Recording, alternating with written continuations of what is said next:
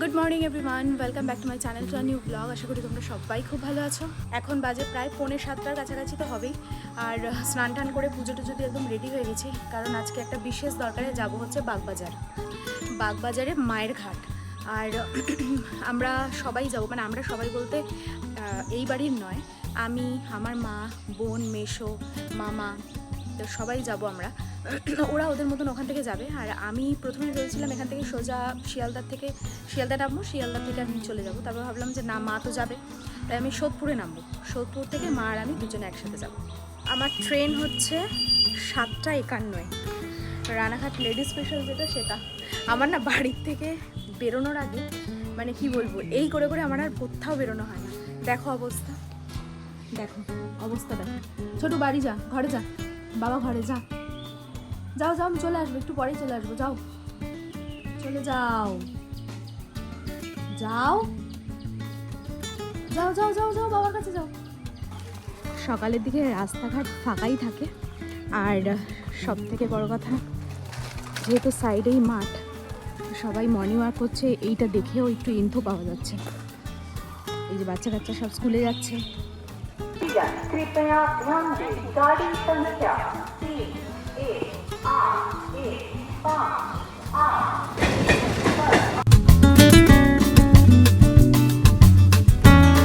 বেশ অনেক দিন পর এই সোদপুরে এসে নামলাম, আর যেহেতু মায়ের সাথে যাব একসাথে, তাই সোদপুরে এসে নামতে হলো, দুজনে মিলে একসাথেই বেরোবো।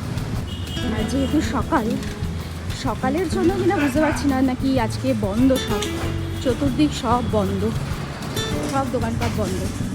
এবার জানি না, বেলা হলেও হয়তো ঘুরতেও পারে। অনেক দিন পর এই মার সাথে আবার দেখা। আর আমি এখানে এসে শ্রীনিকেতনের সামনে দাঁড়িয়েছিলাম, তারপর ক্যাব বুক হলো, তারপরে মা আর আমি দুজনে মিলে যাচ্ছি অনেক দিন বাদে। মানে বাপের বাড়ির এলাকায় এসে সেখানে যাওয়া হচ্ছে না, আসবো আরও 2-4 দিন পরে, মামাকে নিয়ে আসতে হবে। তো যাই হোক, যে কাজটার জন্য অ্যাকচুয়ালি আসা, সেই কাজটা মানে আগে করাটা ভীষণ দরকার, তো তার জন্য যত তাড়াতাড়ি যাওয়া যায়।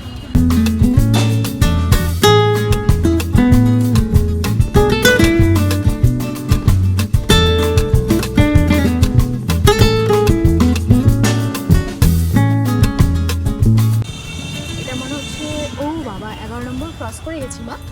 না না, হ্যাঁ, এটা রথতলা।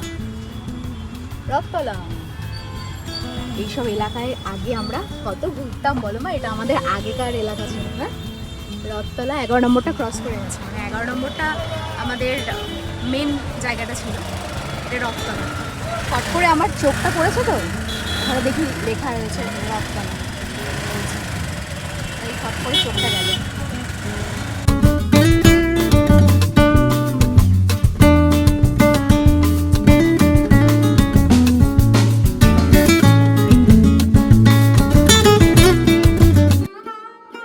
অবশেষে পৌঁছালাম বাগবাজার মায়ের ঘাটে।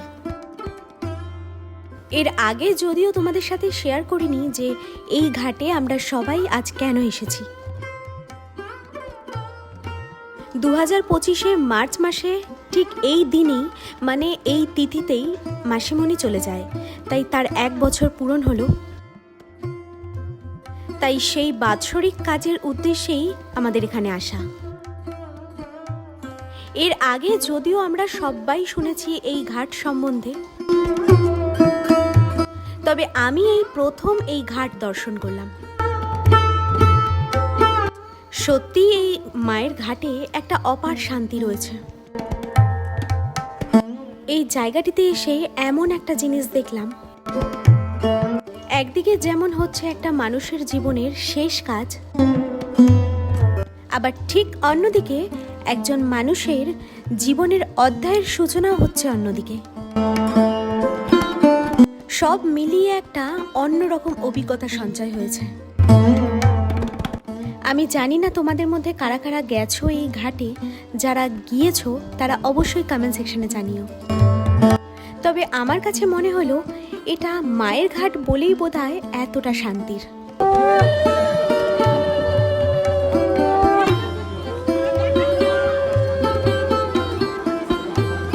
তারই মধ্যে জীবনে প্রথম দেখা গঙ্গায় বান। যেহেতু দিনটা ছিল আমাবস্যা, মানে আমাবস্যা পূর্ণিমাতেই গঙ্গাতে বান আসে।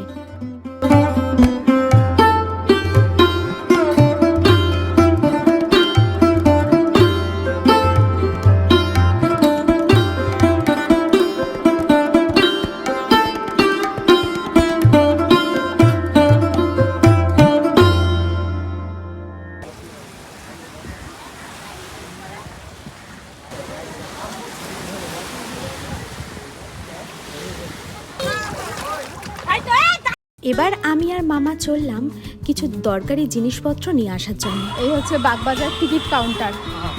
এখান দিয়ে টিকিট কাউন্টারে আমি আর মামা দুজনে মিলে একটু বেরিয়েছি, একটু চাটা খাওয়া যাক। আর সবাই ওখানে বসে আছে, তো একটু চাটা নিয়েও যাই। বাহ, এখানে এসেও জগন্নাথের দর্শন। এই হচ্ছে এই এলাকার বাজার। দেখো চতুর্দিকে বাজার বসেছে, পুরো বাজার। আর বা সাইডে রয়েছে গিরিশ মঞ্চ। প্রধানমন্ত্রী এসেছিল না গৌরীয় মঠ, এই গৌরীয় মঠে বলি। হ্যাঁ হ্যাঁ হ্যাঁ, এই যে গিরিশ মঞ্চ।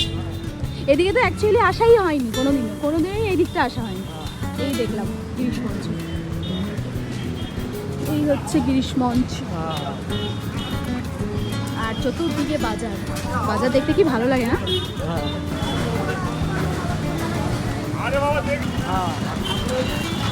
ঠাকুরের 12 জন শিষ্যের মধ্যে একটা বলরাম ঘোষ আগে আছে।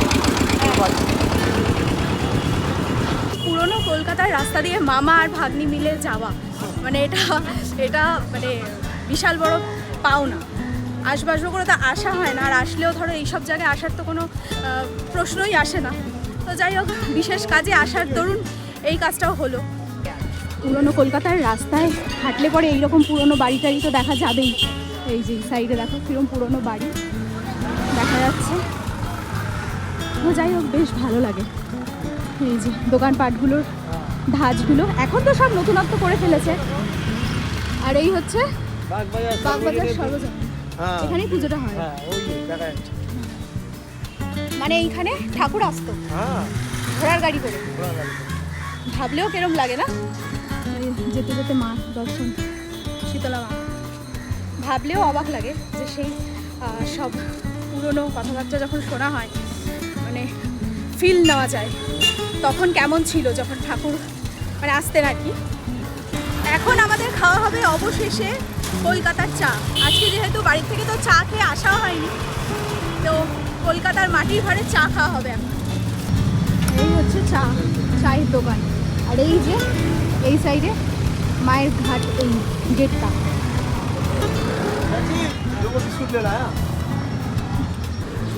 এই হচ্ছে অবশেষে কলকাতার মাটির ঘরের চা। কতদিন বাদে দুই বোন এরকম কলকাতার শহরে ঘুরে বেড়াচ্ছে। আদি কলকাতা বলা যেতে পারে, তাই না?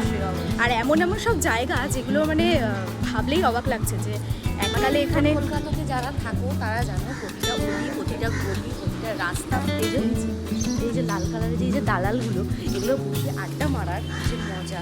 আর সব থেকে বড় কথা থাকে তারাই মতো বুঝতে পারবে এর টেস্ট কতটা। না, এইটা দেখলে বোঝা যায় যে আগেকার দিনের মানুষজনের মন ভালো ছিল, তারা লোকজন ভালোবাসত। তার জন্য বাইরে দালান রেখে দিয়েছে যাতে পাড়ার লোকজন এসে গল্প করতে পারে, বুঝতে পারে, এবং কত জানিও কষ্ট হলে বসতে পারে, জিরাতে পারে। আর এখন পাশের ফ্ল্যাটে কি হলো সেটা কেউ জানেই না। সেটা তো জানেই না, উপরন্তু মানে বাড়ির সামনে এসে দাঁড়ালেই লোকে ভয় পেয়ে যায়, কি বর্ষা তো দূরের কথা। তো যাই হোক, যেটা ওটা আলাদা বিষয় চলে গেল। কিন্তু আমাকে এখন আমার বোন এখানে চেনে না, এখন আমার বোন চেনে না, চিনলেও জিজ্ঞেস করতে করতে যাবো হয়ে যায় আর কি। তো বেশ, তোমাদের আরও কিছু বাড়ি দেখো ঠিক আছে। মানে এই কলকাতা শহরে আসা মানে এই সব তোর কলকাতা। হ্যাঁ, এই হচ্ছে গিয়ে আমরা যেহেতু বাগবাজারে আছি, বাগবাজারের খুব ফেমাস হচ্ছে, তোমরা জানো যে ভেটকি মাছের কচুরি, এটা হচ্ছে নাম অত শুনেছো তোমরা। তো সেটা একটা কাজে এসছে, তো সেগুলো আর হবে না। আবার অন্য সময় দিদিকে, মানে আমার দিদিকে এখানে 2-3টে জায়গা আছে। আজকে কী কাজে এসছি সেটা তোমাদেরকে মানে সেটা তো দেখানো সম্ভব নয়। তো সেটা হচ্ছে একটা বিশেষ কাজ, সেই কাজটা সেটা হচ্ছে আমাদের একটা বিশেষ কাজ, সেই কাজে এসেছি। তো ওখানে সব রেডি হচ্ছে, আর আমরা ভাবলাম যে যাই একটু ঘুরে আসি, সামনেই শারদামার বাড়ি। তো এখানে এসছি, দুজনে না গেলে হয়? দেখি আসি। হ্যাঁ, আর ও না আসলে তো আমার আসা হতোই না, মানে আমি আসতাম না। যেহেতু ও আসবে, আগে থেকেই শুনলাম যে ফাইনাল আসবে, তাই আমিও চলে এসেছি। দুজনে মিলে অনেক দিন পর এরকম ঘোরা হচ্ছে। এই যে এটা হচ্ছে শারদামার বাড়ি, এই প্রপার্টি আর ছোটো এই হচ্ছে শারদামার বাড়ি। এইসব মানে এইসব জায়গায় স্পেশালি আসলেই পুরো একটা শান্ত পরিবেশ, শান্তি চলে আসে। চলে আসে। এই হচ্ছে সেই জায়গা। চলো না, ক্যামেরা অ্যালাউ আছে। যদি অ্যালাউ থাকে তাহলে অবশ্যই দেখাবো।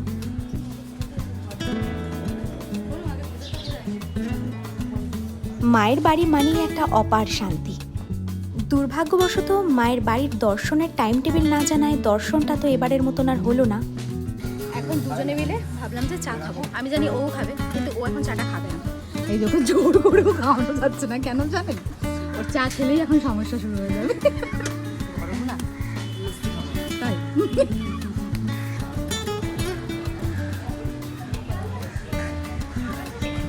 বিনা টিকিটে আমরা এখন যেতে ঘুরতে যাচ্ছি।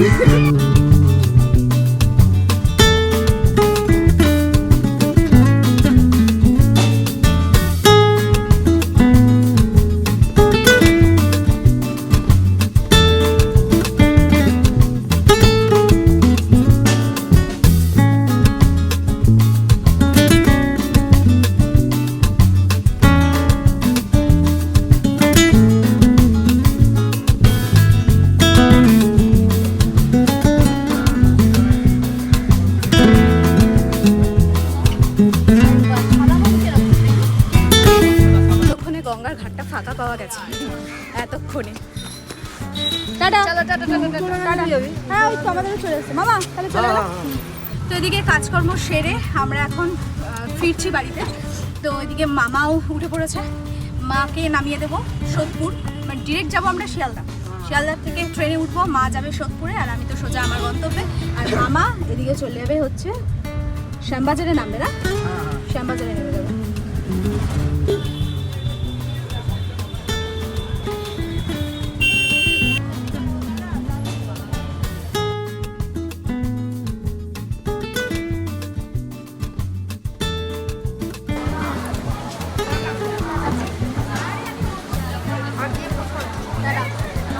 বাড়ি এসে পেয়ে গেছিল মারাত্মক খিদে। আগে বাড়িতে এসে ব্যাগটা জাস্ট রেখে আমি দৌড়িয়ে গেছি স্নান করতে। স্নান করে তারপরে খাওয়া দাওয়াটা করলাম, তারপরে গিয়ে শান্তি, মানে ইঞ্জিনের তেল শেষ, আর ইঞ্জিন কি চলে বলো। তো যাই হোক, মাম্মাম তো এখন ঘুমাচ্ছে, ও ঘুম থেকে উঠুক, ওর সাথে দেখা করব, তারপরে যাব দোকান। আজকে রাত্রে হচ্ছে হাঁসের ডিমের ঝোল, সকালে পাবদা মাছ হয়েছে, আর সকালে আমার যা খাওয়া হয়েছে, সকালে তো না আমার খেতে খেতে বিকেল হয়ে গেছে, জাস্ট নাকে মুখে দেওয়ার মতন খাওয়া দাওয়া হয়েছে। আর এখন বেশ খিদে পেয়েছে, যেহেতু হাঁসের ডিম, তো শর্ট করে হাঁসের ডিমের ঝোলটা করে নিই।